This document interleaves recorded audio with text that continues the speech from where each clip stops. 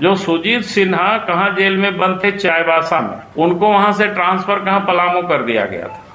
और किस प्रकार से अपराधियों के साथ उनका सांठगांठ था, आप सबको ध्यान में होगा। अमन साहू के इनकाउंटर के बाद अपराधी थे राजेश राम करके रामगढ़ में, उनके ऊपर गंभीर आरोप थे, लेकिन इसके बाद भी उनका जो बैठकी कहाँ होता था, डीजीपी आवास में, उसके बाद भी उनको बनाए रखा। तो फिर इसके पीछे का कारण क्या है? वसूली के लिए विशुद्ध रूप से उस व्यक्ति को उन्होंने पदस्थापित किया। क्राइम की दुनिया में एक प्रकार से कैसे क्राइम करवा रहे थे या उनको किस प्रकार से संरक्षण दे रहे थे, फिर उनका सस्पेंशन समाप्त किया तो गलत तरीके से उनको डीजी भी नियुक्त किया। तो आप सबको ध्यान में है कि क्योंकि इस समय जो राज्य के मुख्यमंत्री जिस डीजीपी का उन्होंने जो त्याग पत्र लिया, तो उनके बारे में पहले राज्य के मुख्यमंत्री ने काफी विरोध किया था।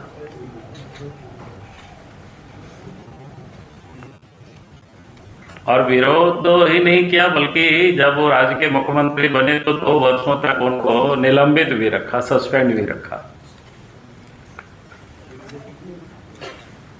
और जब उनका सस्पेंशन समाप्त किया तो आप सबने देखा कि उनको झारखंड के डीजी पुलिस बनाया। यानी कायदे कानून को ताक में रख करके उनको डीजी पुलिस बनाया। और इतना ही नहीं, जब उनका सेवा काल भी समाप्त हो गया तब भी उनको बनाए रखा, जबकि भारत सरकार का जो पत्र था 30 अप्रैल उनकी सेवा समाप्त हो रही है, लेकिन उसका उन्होंने अनुपालन नहीं किया और उसके बाद भी उनको बनाए रखा। उस समय भी हमने इन सारे मुद्दों को लेकर के काफी विषय को उठाया था और उसके बाद वो काम करते रहा। उस समय भी क्या क्या घटनाएं हुई, उस समय भी हम उठाते रहे बातों को। अगर कुछ दिन पहले आप सब ने देखा कि अचानक फिर उनको हटाया, तो स्वाभाविक रूप से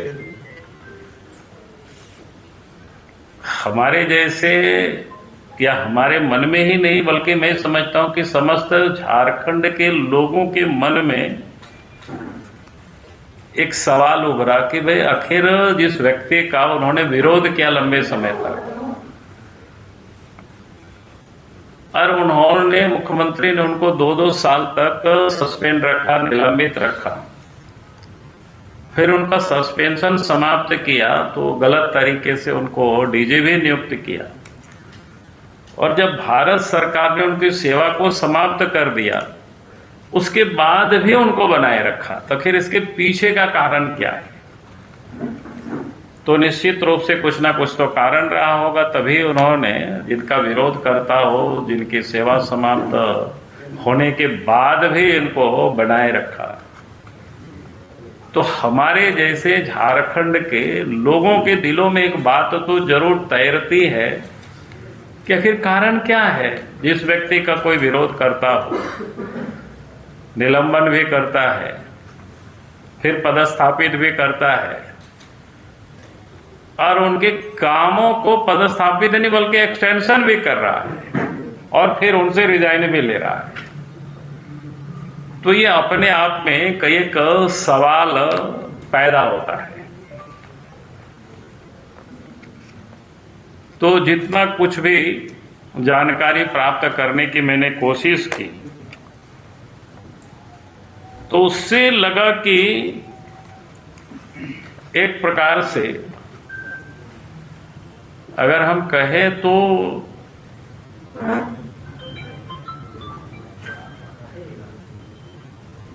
मतलब हम कह सकते हैं वसूली के लिए विशुद्ध रूप से उस व्यक्ति को उन्होंने पदस्थापित किया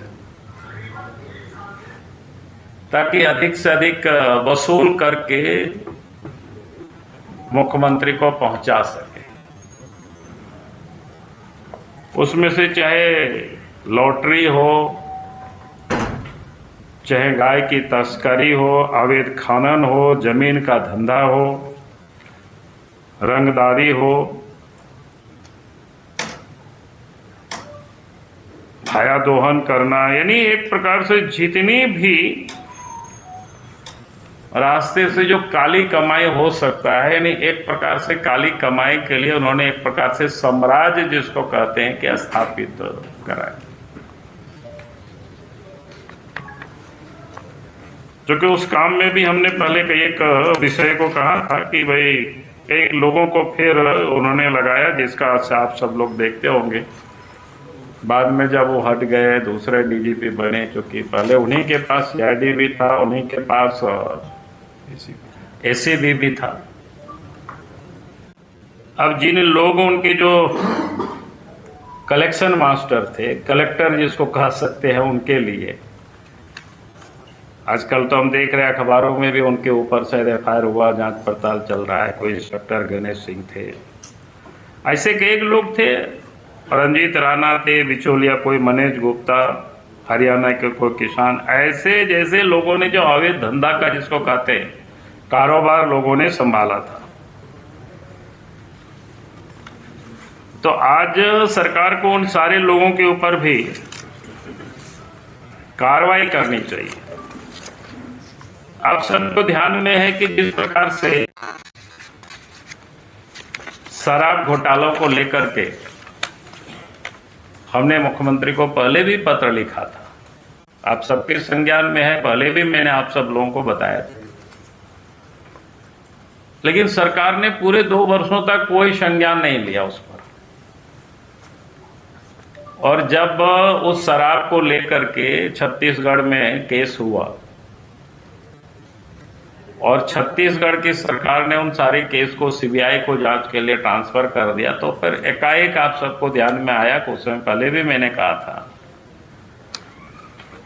कि यहां भी गिरफ्तारी शुरू हो गई और अभी भी जेल में है। क्या बोलते हैं, क्या नाम है? हाँ, विनय चौबे जी। वही नहीं बल्कि कई लोगों को उस समय गिरफ्तारी हुई। उस समय भी मैंने आप सब लोगों को बताया था कि भाई गिरफ्तारी जिस तत्परता से हुई, लेकिन 90 दिनों तक गिरफ्तारी के बाद भी चार्जशीट नहीं शामिल हुआ, इसलिए कई लोग बेल में छूट गए।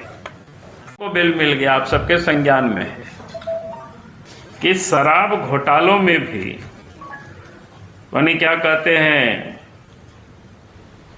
सैकड़ों करोड़ की उसमें उगाही हुई। जैसे कई लोगों को जमानत दिलवाया गया, कुछ का नाम हटाया गया, कुछ को पकड़ के छोड़ा गया और कुछ को पकड़ने की भय दिखा करके उनसे वसूला गया। तो इस प्रकार से आप कह सकते हैं। फिर आप सबको याद होगा अखबारों में भी छापते रहे, बंगाल और बांग्लादेश की जो सीमा, जैसे पाकुड़,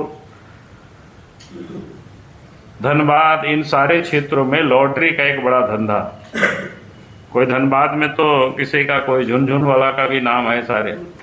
तो यानी एक सारे ये जो धंधा, यानी इनके देख रेख में सब चल रहा था, इन लोगों के इनके संरक्षण में ये सारे जो धंधा चल रहा था। फिर जमीन का एक मामला होता था तो उसमें जांच के लिए सरकार ने एसआईटी गठित कर दी, लेकिन उसमें से कुछ भी नहीं, बल्कि जिन लोगों ने ये सब धंधा जो करते थे उन लोगों को भी भाया दोहन करना, कि उनको नोटिस करके बुलाना, धमकाना, उनसे पैसे वसूलना, यानी इतना ही उससे काम हुआ। अगर वास्तव में सरकार इन सारी चीजों को चाहती, आज भी हम चाह रहे हैं कि भाई सरकार को करना चाहिए, जैसे बिहार सरकार ने कानून बनाया है, जिन लोगों ने भी गलत तरीके से संपत्ति अर्जित किया है कि उसको जांच करने के लिए, जब्त करने के लिए बिहार सरकार ने कानून बनाया। तो झारखंड की भी हेमंत सोरेन सरकार वगैरह वास्तव में सचमुच में चाहती है कि भाई हम इस प्रकार की जो भ्रष्टाचार हो रहा है, लूट हो रहा है, अफसर या बाकी संपत्ति लोग अर्जित कर रहे, तो उसको जांच करके उसको जब्त करेंगे और जहां पर विद्यालय, अस्पताल जो भी हो गरीबों के लिए, गरीब गुरुओं के लिए वो सब बना सकते। तो ये सब भी बिल्कुल कहीं आपको कुछ नहीं दिखाई पड़ेगा। फिर आप सबको एक ध्यान में हम दिलाना चाहेंगे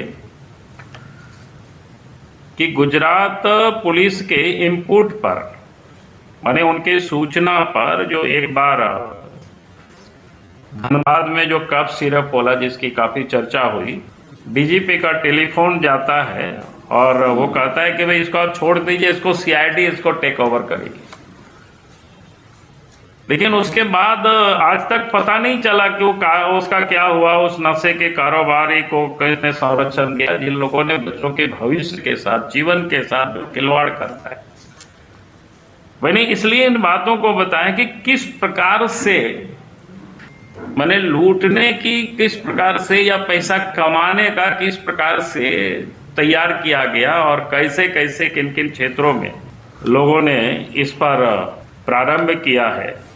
और जानकारी तो यहाँ तक मिल रही है कि झारखंड में, ताकि अपने आप को सुरक्षित हो सके। उस समय भी आप सबको ध्यान में होगा, मैंने एक विषय कहा था, संभवतः आप प्रेस किए थे या ट्वीट किए थे, अभी इतना विषय हो गया तो कभी कभी हमारे दिमाग से भी लगता है कि विषय, आप सबको ध्यान में होगा पिछले बार जब डीजी जब बदल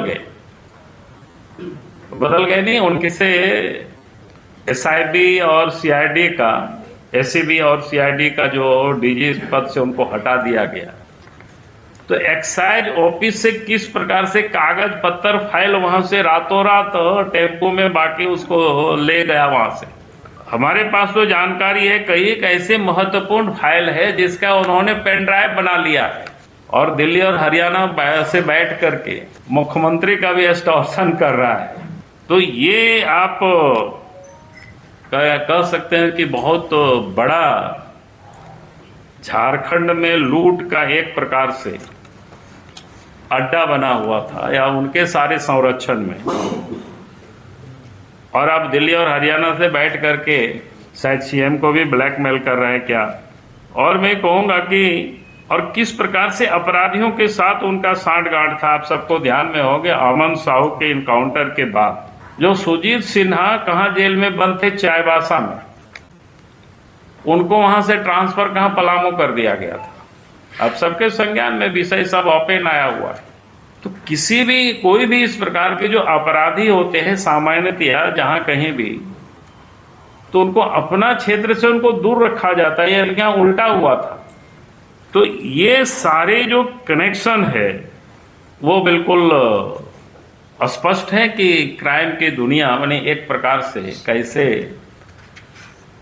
क्राइम करवा रहे थे, या उनको किस प्रकार से संरक्षण दे रहे थे, कैसे प्रोटेक्ट कर रहे थे। हम समझते हैं कि इससे बड़ा और दूसरा कोई उदाहरण ऐसा नहीं हो सकता है। वैसे ही एक अपराधी थे राजेश राम करके, रामगढ़ में कई एक हत्या, आर्म्स एक्ट वगैरह के मामले में जेल भी जा चुके थे।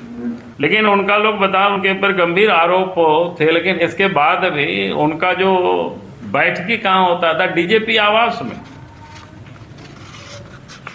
उनका जो गोपनीय शाखा होता था वहां कर रहते थे। और उनके साथ जो इंस्पेक्टर, जिन लोगों का मैंने नाम लिया अभी, वो सारे लोगों के साथ मिल करके ये लोग वसूली करते थे।